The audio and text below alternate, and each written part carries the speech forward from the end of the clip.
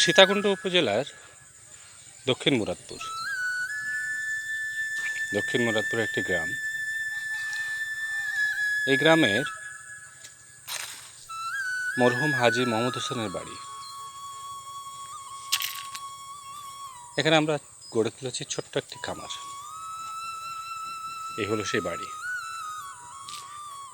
এই বাড়িতেই গড়ে তুলেছি ছোট্ট একটা খামার। ফার্মি জাতের 300 মুরগি, এরপরে 96টা হাঁস আছে, পেকিং হাঁস 96টা, এবং মাছ 5.5 মণ। এই হলো আমাদের ইনিশিয়াল হিসাব। এখন আমি একে একে আপনাদের সাথে পরিচয় করিয়ে দেবো আমাদের খামার। এই হলো মুরগির খামার, এই হলো মুরগির থাকার ব্যবস্থা। এখানে তারা থাকে। ফার্মি জাতের 311টি মুরগি আমাদের ছিল। 311টি মুরগি থেকে কিছু মুরগি স্বাভাবিকভাবেই জার্নিতে মারা গেছে। মারা যাওয়ার পরে আমাদের এখন আছে প্রায় 300টি মুরগি এবং মোরগ। প্রতিটি 10টি মুরগির সাথে একটি করে মোরগ, এবং আলহামদুলিল্লাহ খুব ভালোভাবে এগুলো বেড়ে উঠছে। এটা তাদের বিচরণ ভূমি, এখানে তারা সারাদিন থাকে। এবং এই হলো ছোট্ট দরজা, যেটা দিয়ে তারা ভেতরে ঢুকে বাইরে বেরোয়। এই যে ভেতরে মুরগি কিছু ইয়ে করছে, বসে আছে। এই বাঁশের এটা করে দেওয়া হয়েছে, মুরগিরা এর উপরে বসে থাকতে পছন্দ করে, তাই উপরে নেট দেওয়া হয়েছে। এখন মুরগিগুলির বয়স 100 দিন। 100 দিনে আলহামদুলিল্লাহ অনেক সুস্থ সবল দেখা যাচ্ছে।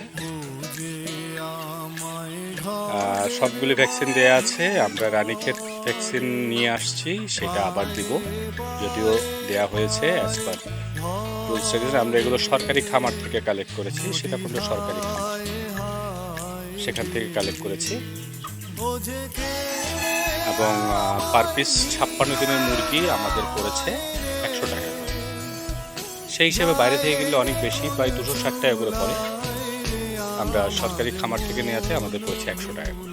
তাই আমি যারাই খামার করতে চান তাদেরকে বলবো আপনারা সরকারি খামারে যোগাযোগ করবেন। এটা ঠিক যে অনেকে বলে সরকারি খামারে ভ্যাকসিনগুলো ঠিকমতো দেয় না, খাবারের মান নিম্ন থাকে।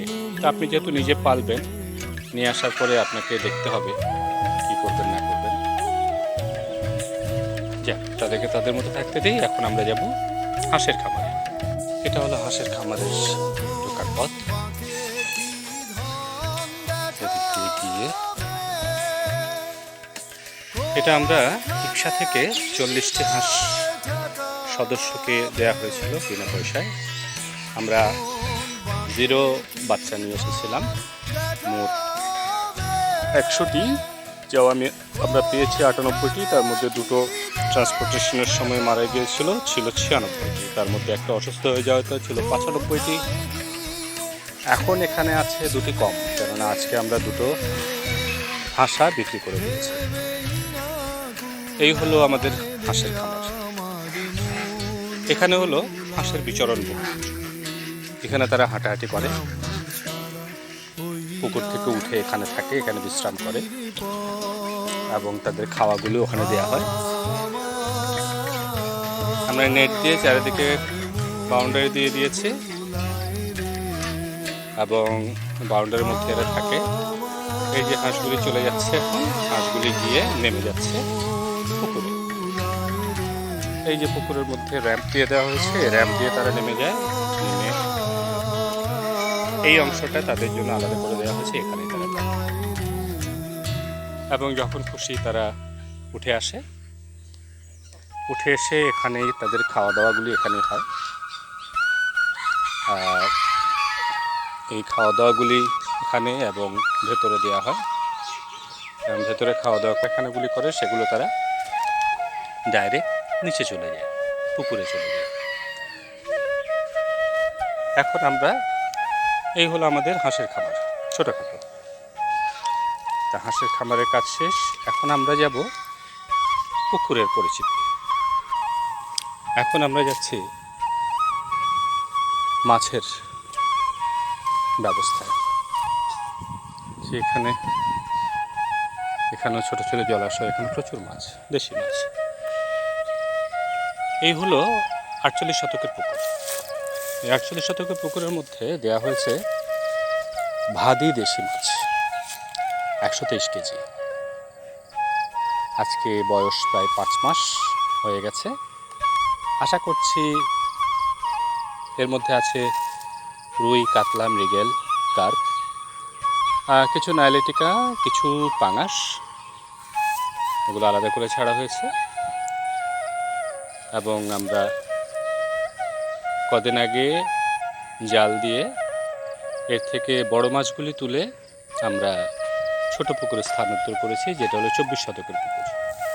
আর বড় মাছগুলিকে ওখান থেকে তুলে এখানে স্থানান্তর করেছে।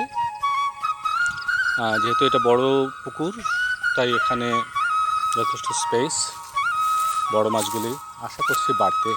এখন অনেকে বলে যে ছোট জায়গায় যদি দেওয়া হয় তাহলে বাড়ে নাকি তাড়াতাড়ি। আমি অ্যাকচুয়ালি ব্যাপারটা জানি না, কারো যদি জানা থাকে আমাকে কমেন্টসে জানাবেন। এই হলো 24 শতকের পুকুর। এবার আমরা যাই 48 শতকের পুকুর। এবার আমরা যাই 24 শতকের পুকুরটাতে। এটা বাড়ির ওপাশে, দক্ষিণ পাশে।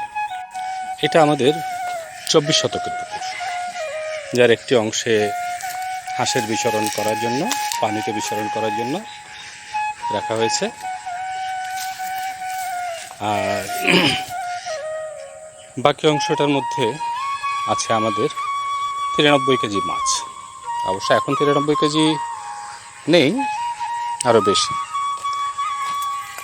এখন এগুলি এখান থেকে আমরা ওই পুকুর থেকে ছোট মাছগুলি ধরে এখানে স্থানান্তর করেছি। বেশ কিছু মাছ এখানে ছোট মাছ আছে। এর পাশে বাউন্ডারি দেওয়া হয়েছে এবং জাগ দেওয়া হয়েছে, নেট দেওয়া হয়েছে, যাতে এর মধ্যে বিশেষ করে বক পাখি এবং বিভিন্ন মাছ খাওয়া পাখির বেশ আনাগোনা। তাই আমরা এখানে এই ব্যবস্থা করেছি। এই হলো পুকুর। দুপুরবেলা যা দেখা যাচ্ছে যে আমাদেরকে কিছু গাছের ট্রিমিং করতে হবে, কেন পুকুরে রোদ পড়ছে কম। গাছের ট্রিমিং করলে আমার মনে হয় রোদ আরেকটু পড়ার দরকার আছে প্লাঙ্কটন জেনারেট করার জন্য। পুকুরে যখন শীতকাল সেহেতু পুকুরে এখন মাছের বৃদ্ধি কমে যাবে। আমরা মাছ মেপে মাছ বিক্রির ব্যবস্থা করব। অবশ্যই সারাংশ হলো, পুকুরের মাছ এখন শীতকালে এর মধ্যে সাধারণত আমরা দিতাম ভাসা খাবার।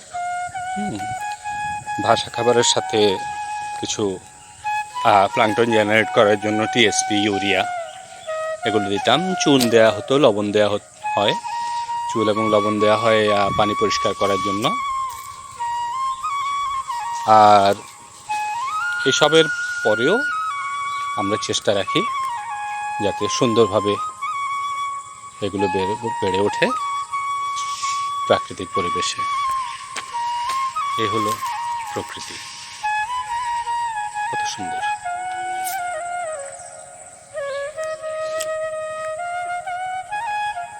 আপনাদের যদি কোনো প্রশ্ন থাকে আমাকে জিজ্ঞাসা করতে পারেন।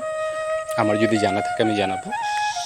আর আপনাদের যদি কোনো আইডিয়া থাকে তাহলে আমাকে বলতে পারেন, আমরা সেটা এখানে ইমপ্লিমেন্ট করার চেষ্টা করব। এটা আমাদের ইনিশিয়াল প্রজেক্ট এবং ইনশাল্লাহ আমরা এটাকে আরেকটু বাড়িয়ে আরেকটু বড় করার চেষ্টা করব। তো আজ এ পর্যন্তই। গ্রামের পথ থেকে, সীতাকুণ্ডর পথ থেকে আমি মোহাম্মদ নাজিব খান বিদায় নিচ্ছি। Thank you.